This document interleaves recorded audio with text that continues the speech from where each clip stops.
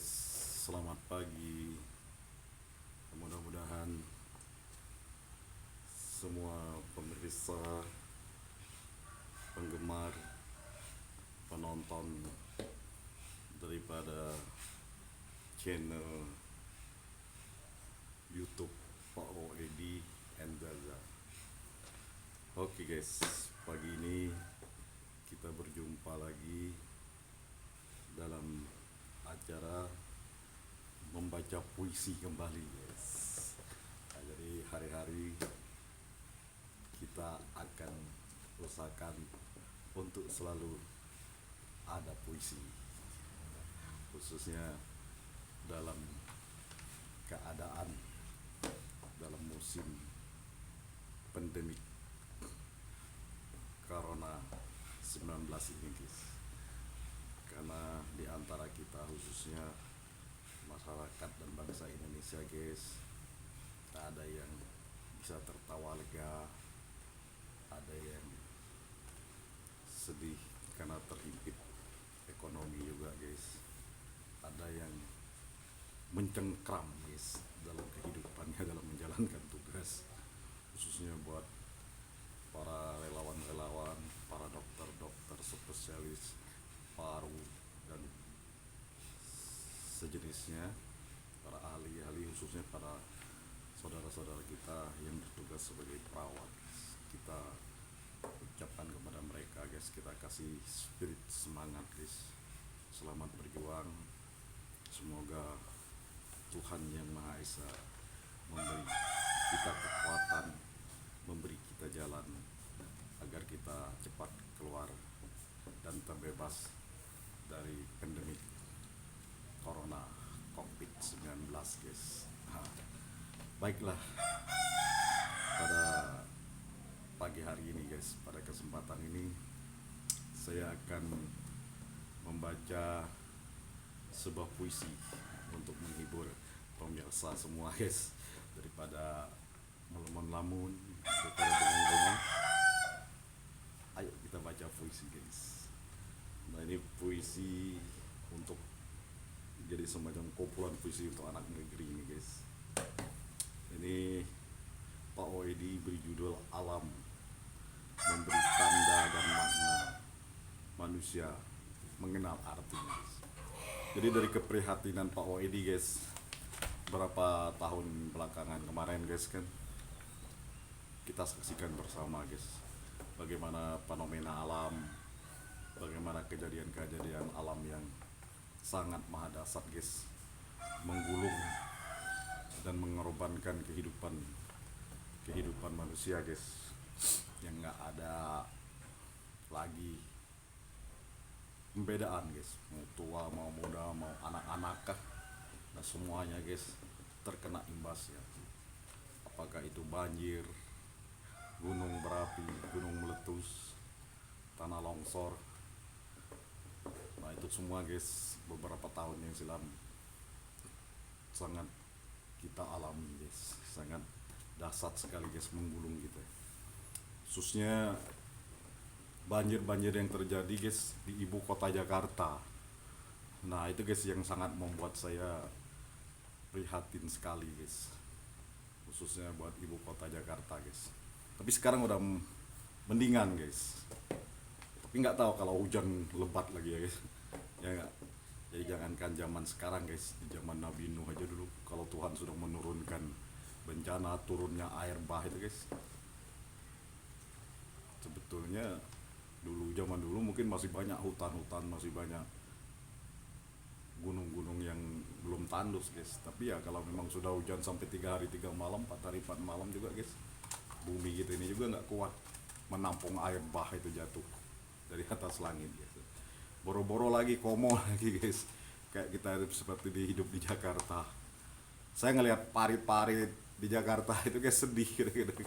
Iya, sangat sedih sekali ngelihat parit bagaimana cara khususnya kita sebagai anak bangsa, anak negeri ini merencanakan, memplanningkan, membangun parit-parit yang dalam arti kata sangat bersinergi dalam kehidupan kita gitu, saling berhubungan. Nah kalau paritnya tersumbat, kalau paritnya kecil kayak begitu, kalau air hujannya turun deras ya mau tidak mau kita bakal kena banjir guys.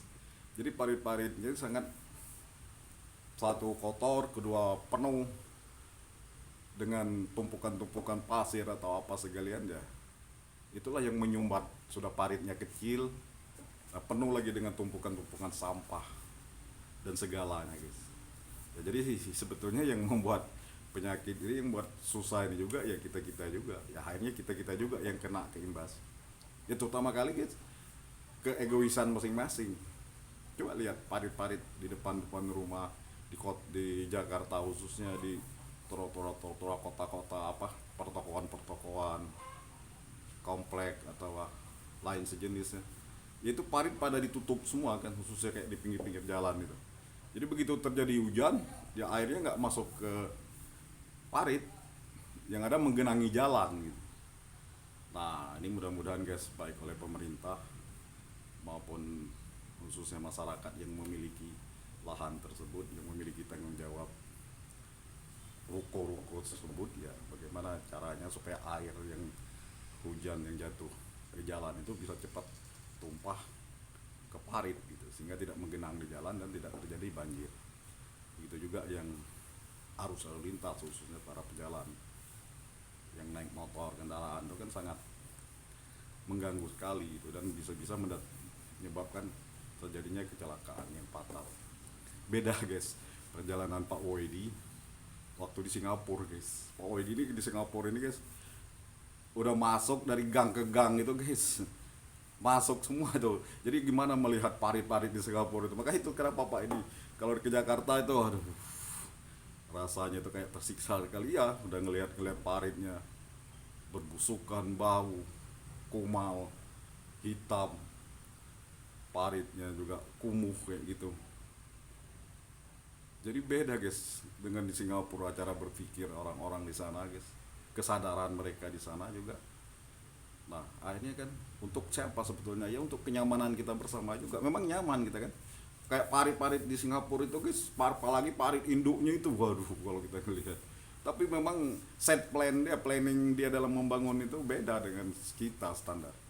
Kalau namanya parit induk itu memang benar-benar bersih, dan tengahnya itu ada jalur untuk air, malah nggak ada air yang menggenang. Nah, belum lagi parit-parit selokan yang ada di perumahan-perumahan gitu guys, semuanya memang terjaga gitu. Nah kayak kita di Jakarta kadang-kadang masa bodoh kadang, iya cuek-cuek aja gitu semua. Tapi begitu udah banjir, nah sibuk kita semua kan, kita juga yang korban. Nah ini nggak tahu siapa yang mau kita salahkan, masyarakat kah, pemerintah kah, nah aparatur-aparatur setempat gitu yang buat perencanaan itu. Nah dari kejadian-kejadian itulah guys, kengerian-kengerian itu melihat bagaimana banjir, gunung api meletus, ya enggak, tanah longsor menimpa kita. Aduh, maka Pak Edi terbisit membuat suatu puisi yang Pak Edi beri judul itu tadi, alam memberi tanda dan makna, manusia mengenal arti.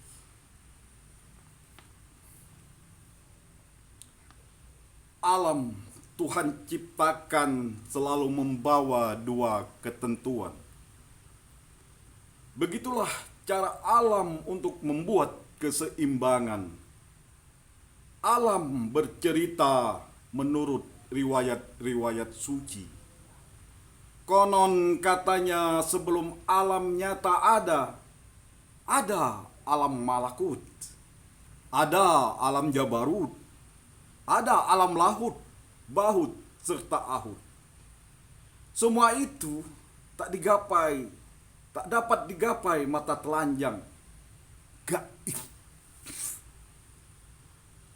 Ada Adam, ada Hawa, ada langit, ada bumi, ada laki-laki, ada wanita, ada daratan, ada lautan, ada panas, ada dingin, ada kering, ada basah, ada matahari, ada bulan, ada siang, ada malam, ada barat, ada timur, ada tangis, ada tawa, ada duka, ada bahagia. Kehidupan silih berganti. Mereka selalu berpasang-pasangan. Manusia, aku, Tuhan ciptakan sebagai khalifah di muka bumi. Fenomena alam dengan segala seisinya, keindahannya, kekayaannya membuat aku kecil. Tak sanggup akal sehatku untuk menghitung keanekaragaman alam semesta seisinya. Berarti suatu pertanda alam ada yang menciptakan. Keperkasaannya tiada yang dapat menandingi. Kedahsatannya tiada yang dapat menundukkan. Tiada makhluk apapun yang dapat menyamai apalagi menduai ciptaannya. Cloning, cloning itu hanya rekayasa daya akal manusia. Memanfaatkan apa yang ada di alam.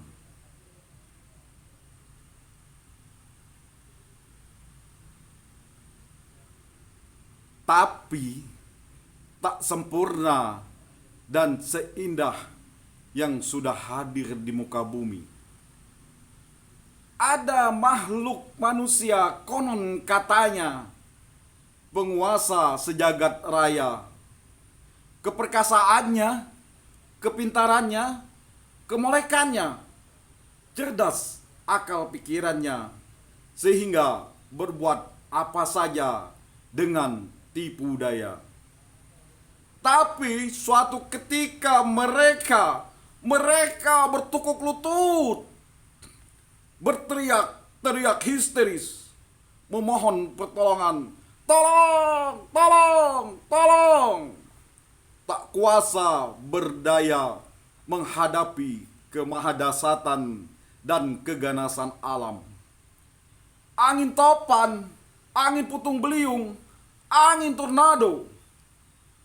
Gunung meluluh lantak mahmanya dari perut bumi.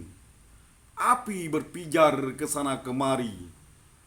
Debu vulkanik berterbangan ke angkasa. Air berarus deras meluluh lantak pemukiman dan ladang-ladang penduduk. Laut dengan gelombang tsunami menggulung beribu-ribu manusia, bayi, tua maupun muda. Bangkai berserak dan bergeletak. Gempa menggoyang bumi, membuat kepala pusing, mual dan muntah-muntah. Rumah, gedung, semua ikut bergoyang, perlahan rubuh. Sekarang manusia bertanya ke sana kemari. Apakah alam mulai bosan? Marah karena tipu daya? Biasanya mereka tertawa terbahak-bahak, sombong menikmati memiliki alam. Ketamakan, kerakusan, serakah kau pelihara. Sebatas itukah pengertianmu terhadap alam? Setelah puas menikmati, menjelajah alam ke sana kemari, berapa juta ton hasil tambang, berapa juta ton kubik kayu ditebang, berapa juta ton ikan di laut, berapa juta ton minyak dibor dari perut bumi.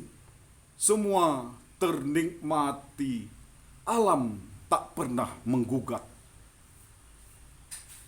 Alam pelayan, pelengkap, pemenuhi kehidupan manusia. Tuhan bertanya kepada manusia berulang-ulang, maka nikmat Tuhan yang manakah kamu dustakan, hai manusia dan jin. Sungguh keterlaluan kalau manusia tak mau mengerti keinginan Tuhan. Sungguh keterlaluan kalau manusia tak mau berbuat baik sesama manusia. Sungguh keterlaluan kalau manusia tak mau berbuat baik terhadap para fakir miskin. Itu namanya makhluk manusia, bukan orang Tuhan, tapi makhluk manusia orang utan. Oke guys, terima kasih sajian puisi kita pagi ini yang telah dibacakan dan disampaikan oleh Pak Woedi guys. Oke guys, selamat menikmati sajian puisi dari Pak Woedi. Bye. Sampai ketemu lagi guys dalam acara berikutnya.